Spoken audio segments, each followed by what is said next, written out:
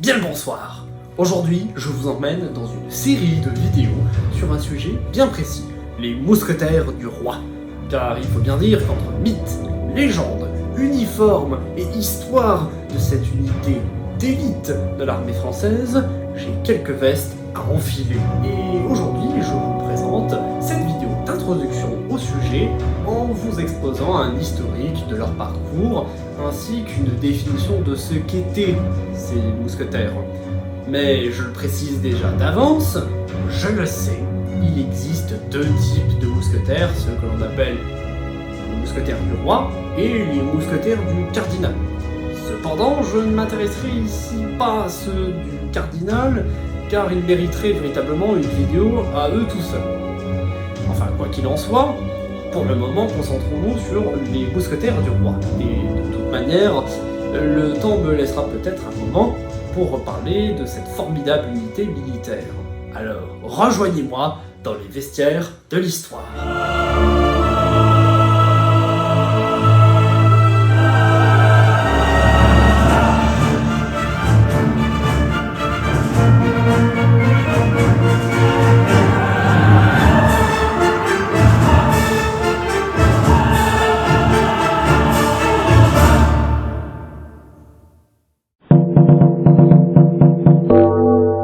Alors déjà, revenons un peu à la base. Qu'est-ce que vous vous imaginez concrètement de l'image d'un mousquetaire?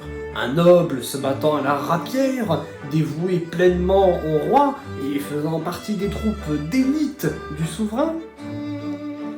Eh bien non. Enfin, pas tout à fait. Tout d'abord, mettons les choses au clair. Mousquetaire, mousquet... Bon, vous voyez à peu près la chose venir, non? Un mousquetaire, c'est tout simplement à la base un soldat qui manie, qui combat avec un mousquet. Et pour plus de précision, un mousquet, c'est tout simplement une arme à feu. Elle a succédé à l'arquebuse et dispose d'un canon plutôt long. Et elle a fait ses preuves au cours des 16e et surtout du 17e siècle. Donc déjà ici, vous pouvez voir que la spécialité de cette unité n'est absolument pas le combat au corps à corps. C'est un peu moins glorieux, mais c'est ce que l'on appelle généralement l'art de la mousqueterie. C'est en fait l'art de manier un mousquet et de réaliser un feu roulant avec une salve dans une formation de mousquetaires. Parce qu'on ne combat pas tout seul, c'est pas comme dans les films. Ensuite, pour ce qui est de sa classification dans les types d'unités composant une armée, il s'agit d'un fantassin des plus classiques. Donc pour le moment, il n'y a rien qui nous laisse présager l'apparence à la noblesse du temps. Les mousquetaires, surtout de par leur nom, nous laissent entendre qu'il s'agit d'une spécificité bien française. Et le rapprochement phonétique n'est pas anodin. En effet, c'est bien sous le règne de Louis XIII que leur histoire débute. Nous sommes dans les années 1620, et plus précisément 1622. Le roi fait alors la demande de créer un nouveau corps de soldats, les mousquetaires. Il faut comprendre ici que les souverains, par tradition depuis les temps du Moyen-Âge, disposent d'une petite armée personnelle sous leurs ordres strictement. Cette armée privée se nomme alors la Maison du Roi. Cette dénomination n'est pas anodine, car en réalité, il faut dire que les soldats qui composaient cette Maison du Roi font entièrement partie du personnel de la maison royale. En gros, ils sont au même rang que des domestiques, des valets ou des cuisiniers. Dans cette maison du roi, il existe des sous-divisions organisées en compagnies. Et c'est là qu'on entre un peu dans le côté héritage et tradition de cette armée privée. Car chaque souverain de France crée lui-même sa propre compagnie qu'il ajoute. cette dernière devenant alors la compagnie chérie du roi. Alors, comme je le disais, en 1622, la compagnie des mousquetaires du roi est formée et intégrée dans l'ensemble de la maison du roi. Cette compagnie est créée avec la base d'une autre unité, car on ne crée rien avec rien. Et l'unité qui sert à la base des mousquetaires n'est d'autre que les carabiniers, qui sont une unité de cavaliers légers ayant pour arme... une carabine. Bravo! Avec toi, c'est sûr qu'on va gagner les 12 coups de midi. Mais dans cette première conception des mousquetaires, un problème se pose, puisque le mousquet, qui devient de fait l'arme des mousquetaires, est une arme bien trop volumineuse et encombrante pour les cavaliers. Déjà que les gars avaient des froufrous de partout, alors en plus, manier une arme aussi longue en formation avec d'autres soldats sur un champ de bataille, il fallait un peu rationaliser tout ça. Pour pallier à cela, les mousquetaires prennent alors une double fonction tactique, devenant d'une part une unité à pied et de l'autre des fusiliers montés à cheval. Alors que le jeune souverain Louis XIV est trop jeune pour aider, le cardinal de Mazarin en profite pour faire dissoudre cette compagnie en 1646. Il faut dire qu'il la juge trop gênante pour le pouvoir et la juge également enclin à créer justement un désordre. Mais cela ne dure pas et elle revient en 1657 après près de 12 ans d'absence. Leur devise: Quo ruit et letum. Vous comprenez rien au latin? Ça tombe bien, moi aussi. En gros, ça veut dire « où elle tombe, la mort vient avec elle ». Ah, je le reconnais, ça, c'est quand même assez stylé. Mais ça vaut pas la fameuse « la garde-mort et ne se rend pas ». Louis XIV, le roi soleil, le sujet même du grand siècle.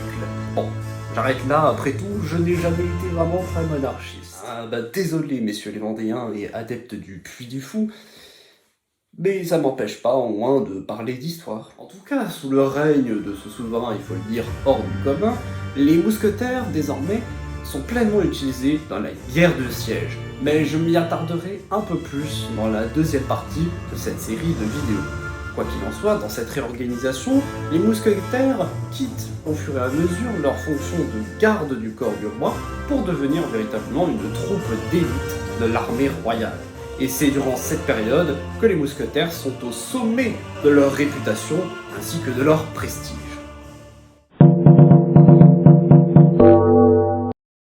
Avec le XVIIIe siècle, les mousquetaires reprennent leur sens véritable d'origine, qui était la formation de cavalerie. Ils s'éloignent ainsi de leur fonction clé dans la guerre de siège qui avait été donnée par Louis XIV, et leur déclin au cours du siècle des Lumières ne fait que commencer.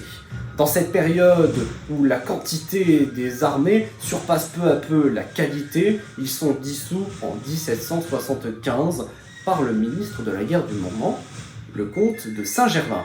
Et il faut dire également que cette unité de mousquetaires devenait bien trop coûteuse pour l'État, alors que pour le même prix d'une unité de mousquetaires, il était possible de recruter 2 unités de cavalerie plus classiques, mais tout aussi efficaces et bien plus nombreuses.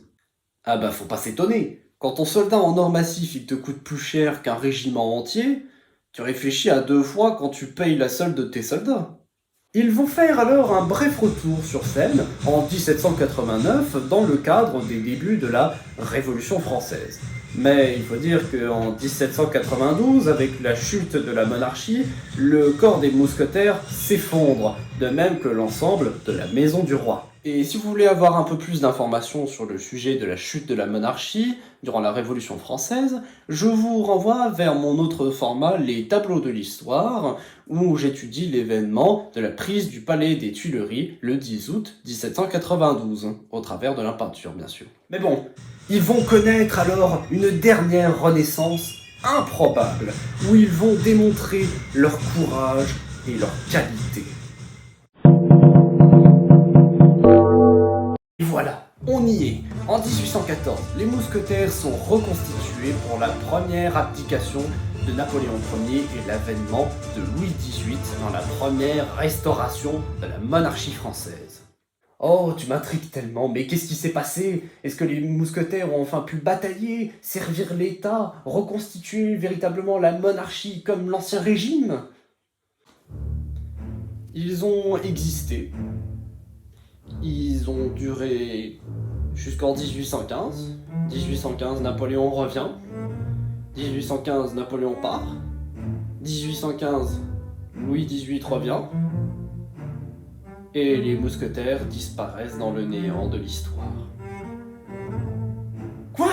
Mais ça veut dire du coup qu'ils n'ont rien fait? Oui. Mais on peut pas avoir une partie aussi courte. Ce n'est pas possible. On peut quand même pas couper à ce moment-là. Je veux dire, ça serait...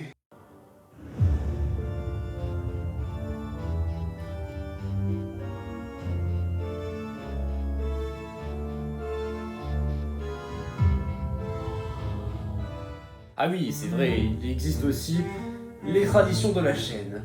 N'oubliez pas que l'histoire soit avec vous.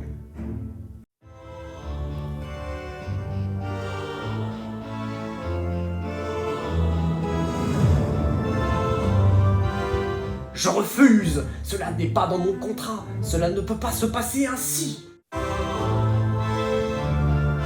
Ça suffit! Tu vas arrêter de nous couper comme... Vous savez quoi? Je crois que je vais abandonner parce que là, c'était